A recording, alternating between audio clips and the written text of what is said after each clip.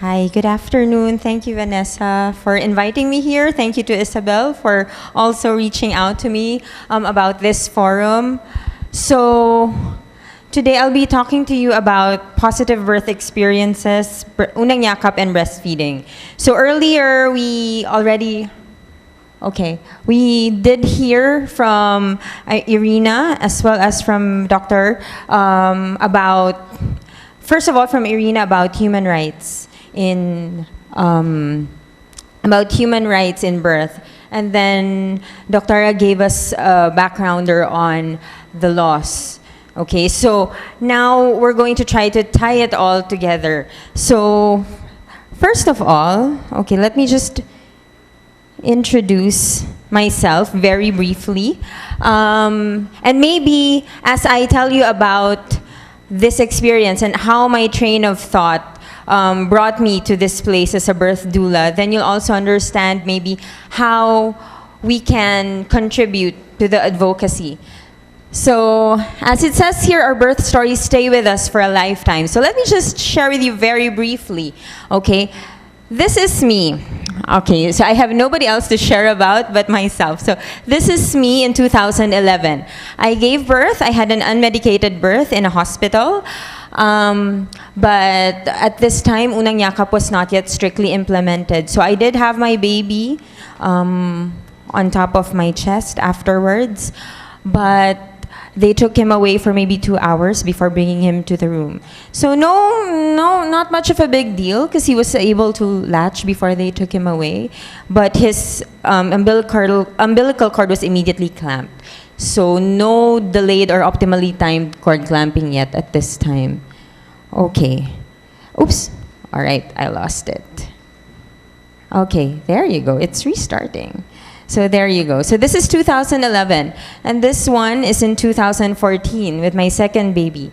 And now, in this situation, it was the same hospital, the same obstetrician, and now the same kind of birth, unmedicated birth.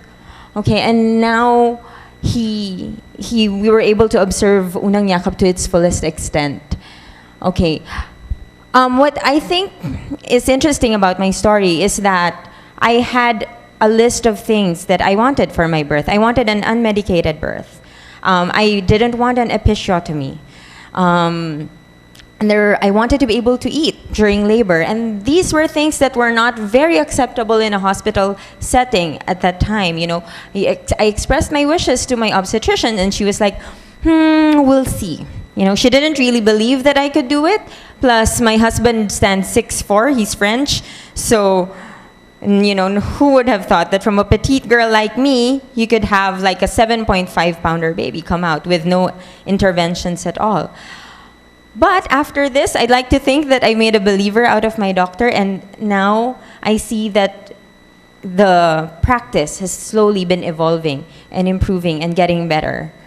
And so I hope that that's something that we can all work towards, because here we have a very varied audience. We have midwives, nurses, we have lay people, lay advocates, and the idea is really for us to start working together and talking to each other. Okay, so empowering mothers to breastfeed means going back to the beginning. So those little kids you saw earlier, those little babies, they're now huge. They're now big kids. Okay, so first from trying to conceive, you know, you go back to that point. And then through pregnancy, and then through labor and birth, there's a whole process. If you remember, the first 1,000 days program covers the area of pregnancy, nutrition for the mother during pregnancy. This is very important. And then the labor and the birth. And then becoming a breastfeeding mother. So for me, I think my journey through this advocacy started just as a breastfeeding mother. I didn't really care so much. You know, I was like, okay, it's my choice to breastfeed, but I didn't think it was that crucial. I thought it was important, but not that crucial. And then Yolanda happened. Diba? What happened during Yolanda? Rich or poor? Diba? Walang pinili eh. Diba? Everybody. Babies were dying. And why? These were babies who were not being breastfed. Okay, in a crisis situation in the Philippines, which is one of the countries which is most affected by climate change, Ba? Whether you're rich or poor, if you're not breastfeeding, you won't have clean water during a huge calamity like Yolanda, right? And so these babies were dying. And so that's when it hit me. This is really a public health issue. It's really something that we should all be on board with. So I decided to train as an advocate, as a breastfeeding advocate, as a breastfeeding counselor.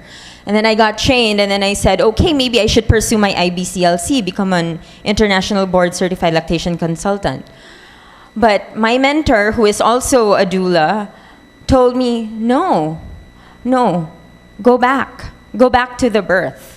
Yeah, because she said, if you're an IBCLC, the mothers come to you with problems already that you have to fix, which would not have happened if you were there for the birth in the first place and you had made sure that these problems would not happen. So it's always going back to where it all begins. So what is a positive birth? I'm supposed to talk about positive birthing experiences. So what is a positive birth really? A positive birth experience is one in which the mother and baby dyad is listened to, acknowledged, respected, and treated with dignity. So, oftentimes we hear, as long as the baby is safe, we want the baby to be safe. Of course we want the baby to be safe. That is our objective. But at the same time, the mother and the baby is one unit. You cannot separate them from each other, and the mother is carrying that baby.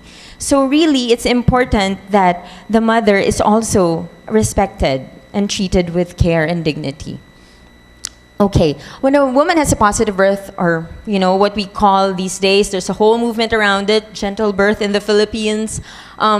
It's otherwise called a gentle birth. She feels safe and she feels capable. And so if she feels safe, she feels better able to trust her care providers. Okay, be it her doctor, her midwife, her nurse, or whoever is around her. And one can have a positive experience regardless of type of birth. So we know that cesarean deliveries are a reality. They are sometimes important. They are sometimes life-saving, so they're really important. But at the same time, having a cesarean delivery doesn't mean that, it can't be a gentle birth, that it can't be a positive experience for the mother, and she can't be at peace with that decision.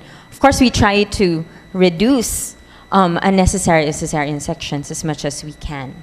But in the event that it becomes necessary, the mother, all the more, has to be treated with dignity and respect.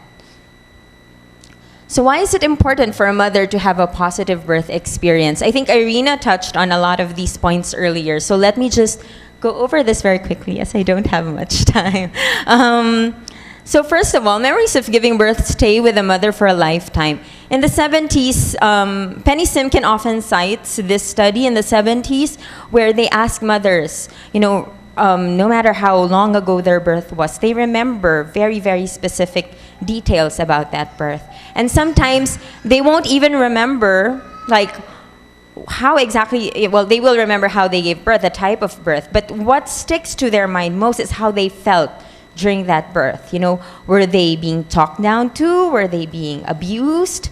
Were they being undermined? Or were they being encouraged and respected? Did they feel capable?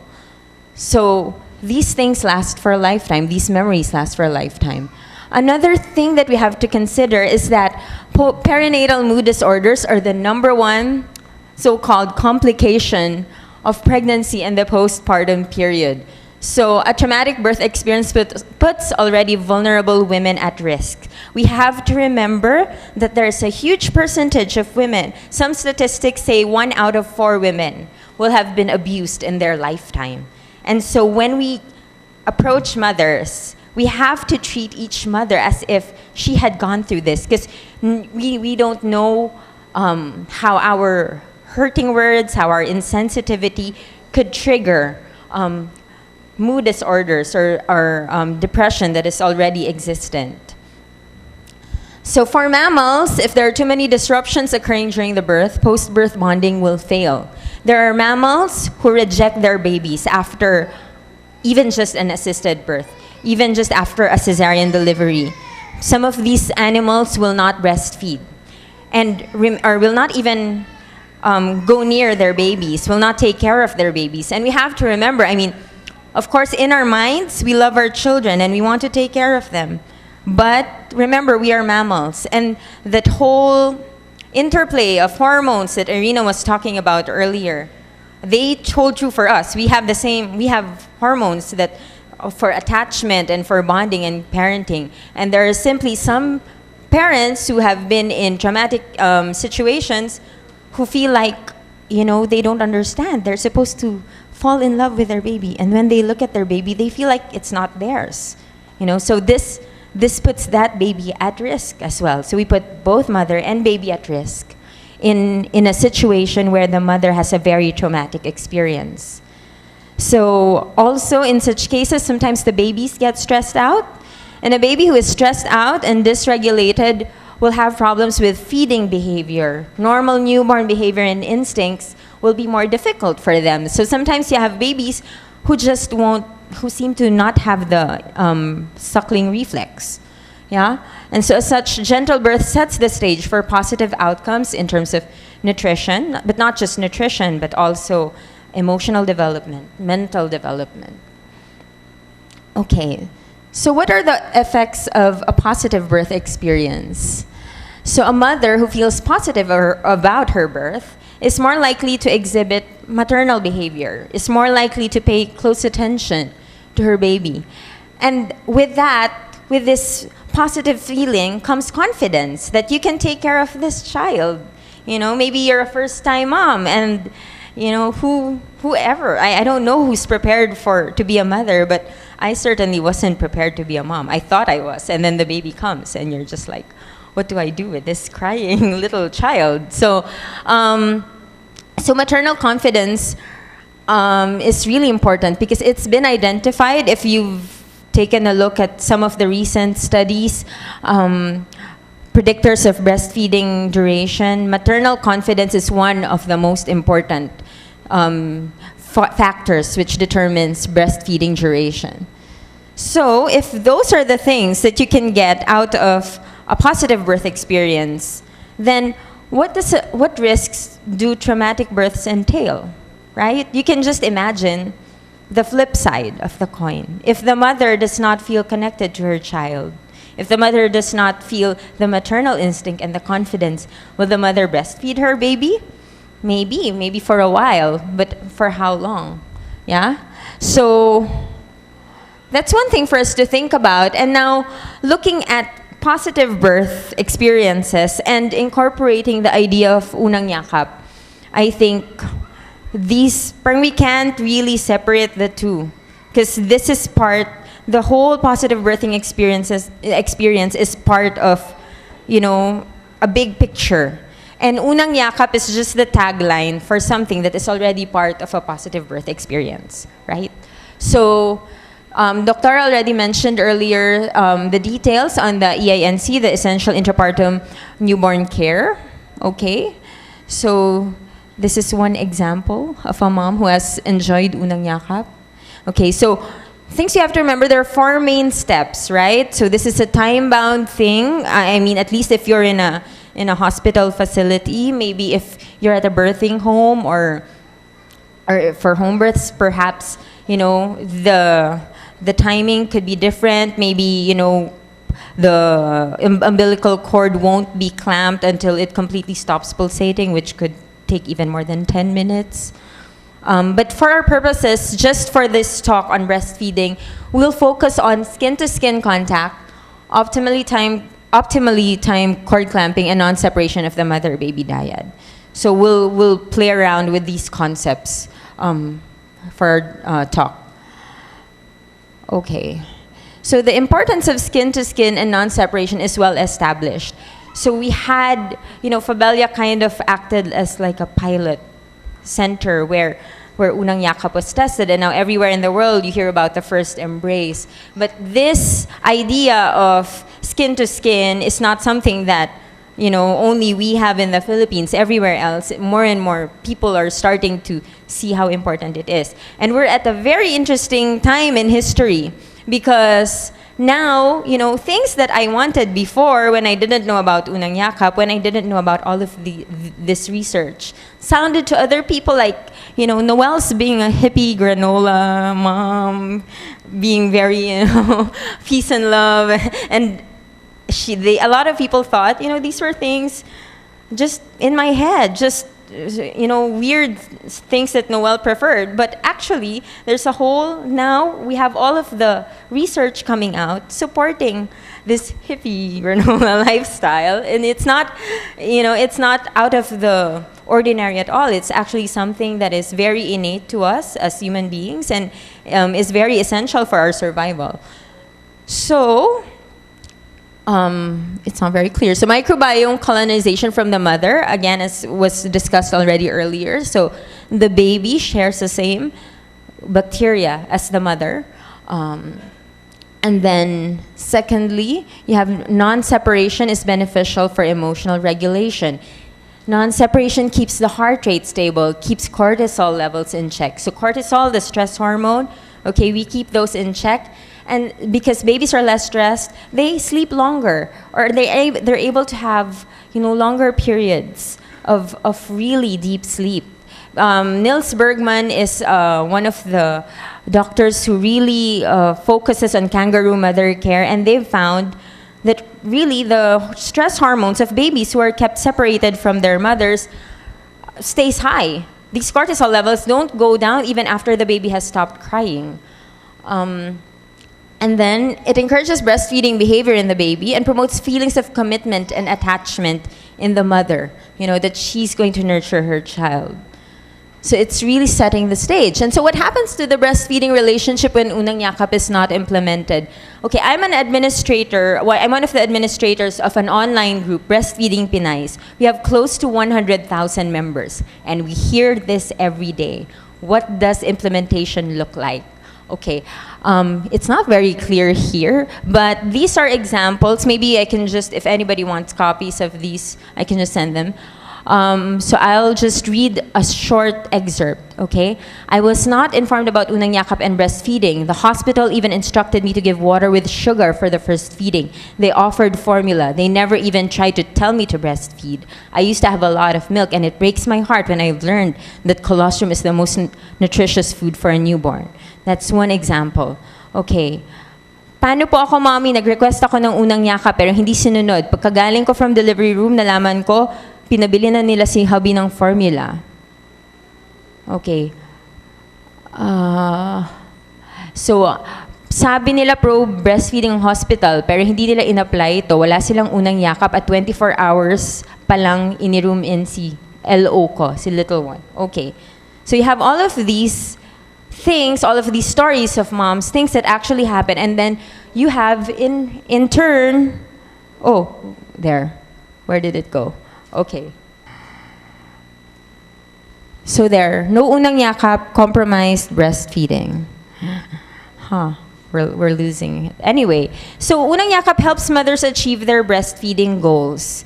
All right, that's the long and short of it, really. So it should be something that becomes a priority to us. It says here, achieve ang unang yakap, delayed cord clamping, rooming in agad. The moms are very happy. Nakakatuwa palang hospital na nag-a-abide sa rooming in unang yakap at breastfeeding kay baby. Possible pala talagang walang hirap ang mommy kung meron namang adjustment, konti lang. So we hear so many complaints about moms saying, you want me to breastfeed, but why is it so hard? And that's true for all of us. We want moms to breastfeed, but we're not helping them, right? Where there's a huge disconnect between what is optimal and what implementation looks like for all of us.